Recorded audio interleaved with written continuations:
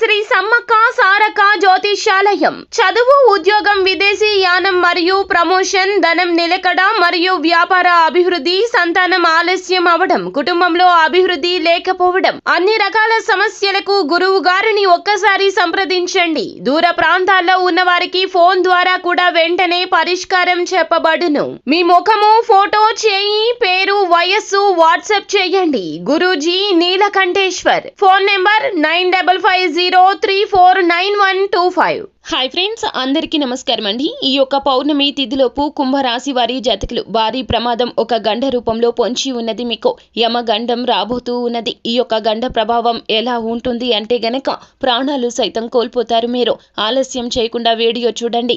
జ్యోతిష పండితులు సైతం మిమ్మల్ని ఈ విధంగా హెచ్చరిస్తున్నారు. అసలు ఏం జరగబోతుంది, ఎటువంటి పరిస్థితులు మీకు కలగబోతున్నాయి, గోచార రీత్యా ఎలా ఉండబోతుంది, ఈ యొక్క పౌర్ణమి తిథిలోపు మీరు ఏం చేస్తే, ఏ పరిహారం పాటిస్తే ఈ యొక్క ప్రమాదం నుండి బయటపడగలుగుతారో తదితర పూర్తి వివరాలు అన్ని కూడా మనం ఈ వీడియోలో సంపూర్ణంగా సవివరంగా తెలుసుకునే ప్రయత్నం చేద్దాము. అంతకంటే ముందు ఫ్రెండ్స్, వీడియోని పూర్తిగా చూడండి. అప్పుడే మేము ఏం చెప్పబోతున్నామో మీకు పూర్తిగా అర్థమవుతుంది. వీడియో గనక మీకు నచ్చినట్లయితే గనక లైక్ చేయండి. మీ లైక్ మాకెంతో సపోర్ట్ అండ్ ఎంకరేజ్మెంట్ గా ఉంటుంది. ఇక ఆలస్యం చేయకుండా వీడియోలోకి వచ్చేద్దాం. కుంభరాశి వారి జాతకులు ఎప్పుడు కూడా మంచి మనసుతోనే ఆలోచిస్తూ ఉంటారు. ఎప్పుడు కూడా మంచి మాటలే మాట్లాడుతూ ఉంటారు. ఎదుటి వారికి తగు గౌరవాన్ని ఇస్తూ ఉంటారు. అలాగే ఈ రాశి జాతకులను భయపెట్టడం చాలా వరకు కూడా కష్టమనే చెప్పాలి. ఈ రాశి జాతకులు ఎప్పుడు కూడా వీరి యొక్క విషయంలో చాలా క్లారిటీగా ఉంటారు. ఏ పని చేస్తున్నారు, ఎందుకు చేస్తున్నారు, ఎలా చేస్తున్నారు అనే విషయాలను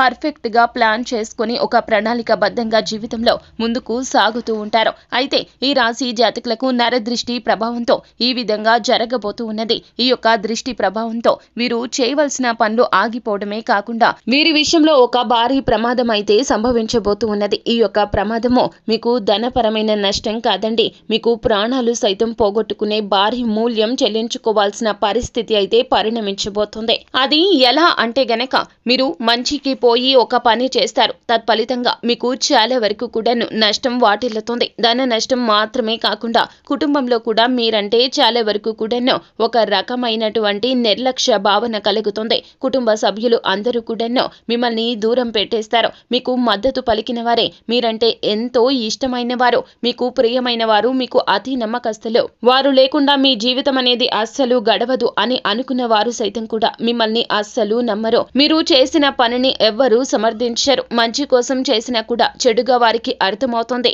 ఇందుకు మూల కారణము శత్రువులు. తస్మాత్ జాగ్రత్త. ఇందుకు కారణం మీ శత్రువులని చెప్పాలి మీరు. ఎందుకంటే ఎవరైనా కష్టంలో ఉంటే చూసి ఓర్వలేకపోతారు. ఈ యొక్క పౌర్ణమి తిథిలోపు ఎవరికి కూడా సహాయాన్ని చెయ్యొద్దు. ముఖ్యంగా ధన సహాయాన్ని ఎవరికి చెయ్యొద్దు. ఎదుటి వారు అర్హత కలిగిన వారా కాదా అని ఆలోచించుకోలేకపోతారు. వారికి షూరిటీ సంతకాలు కావచ్చు, లేకపోతే ధనం రూపంలో కొంత మొత్తాన్ని కావచ్చు వారికి ఇచ్చే ప్రయత్నం చేస్తారు. ఇవి రెండు కూడా మిమ్మల్ని చాలా వరకు కూడా ఇబ్బందుల పాలు చేస్తాయి. షూరిటీ సంతకం పెట్టడం రీత్యా వారు ఆ యొక్క ధనం కట్టకుండా అక్కడి నుంచి పారిపోతారు. మీరు ధనం కట్టాల్సి వస్తుంది. మీరే మొత్తానికి కూడా అధిక మొత్తంలో ధనానికి మధ్యవర్తిత్వం చేయడం రీత్యా ఆ యొక్క ఇబ్బంది మొత్తం కూడా మీ తలకు చుట్టుకుంటుంది. కుటుంబ సభ్యులు అందరూ కూడా మీరు చేసినటువంటి తప్పిదాన్ని అస్సలు క్షమించలేకపోతారు. మీరు చేసిన కారణాన్ని చూడలేకపోతారు. కానీ జరిగిన నష్టాన్ని మాత్రమే పదే పదే చూస్తారు. పదే పదే వారి యొక్క మాటలతో మిమ్మల్ని చిత్రహింసలకు గురి చేస్తారు. కుటుంబ సభ్యులు మాత్రమే కాదండి, మీ యొక్క జీవిత భాగస్వామి కూడా మిమ్మల్ని ఇదే విధంగా టార్గెట్ చేసి మాట్లాడుతుంది. ఇది మీరు అస్సలు తట్టుకోలేకపోతారు. మీరు ఎవరికైనా ధన సహాయం చేయాలి అనుకుంటే గనక పౌర్ణమి తిథిలోపు మాత్రం ఇటువంటి పనులు అస్సలు చెయ్యదు. పౌర్ణమి తిథి తర్వాత ఎప్పుడైనా సరే మీరు అర్హత కలిగిన వారికి ధనాన్ని సహాయం చేయండి. అది కూడా తనకు మాలిన ధర్మం పనికిరాదు. కుటుంబ సభ్యులతో ఆలోచించి ముందుగా జీవిత భాగస్వామితో మాట్లాడి తగు నిర్ణయం తీసుకుని అప్పుడే ఏదైనా చేయాలి. ఈ పౌర్ణమి తిథిలోపు మీరు ఏది చేసినా కూడా అది మీ మెడకు చుట్టుకుంటుంది. చేసింది చిన్న పనే కావచ్చు, కానీ పెద్ద మొత్తంలో నష్టాన్ని తీసుకొస్తుంది. మీరు భారీ మూల్యమే చెల్లించుకోవాల్సి వస్తుంది. ఆ యొక్క నష్టాన్ని మీరు పూడ్చలేకపోతారు. కుటుంబ సభ్యులతో ఉన్నటువంటి సాన్నిహిత్యం తొలగిపోతుంది. కావున ఎవరు మద్దతు ఇవ్వక ఒంటరిగా మిగిలిపోతారు.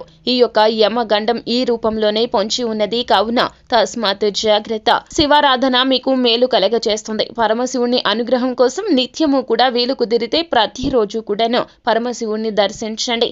ఓం నమశివాయ అనే పంచాక్షరి మంత్రాన్ని పఠించండి. అంతా మంచి జరుగుతుంది. శుభం భూయాత్. సో ఫ్రెండ్స్, చూసారు కదా, ఈ వీడియో గనక మీకు నచ్చినట్లయితే గనక లైక్ చేయండి. మరిన్ని వీడియోస్ కోసం మా ఛానల్ ని సబ్స్క్రైబ్ చేసుకొని ఫాలో అవ్వండి.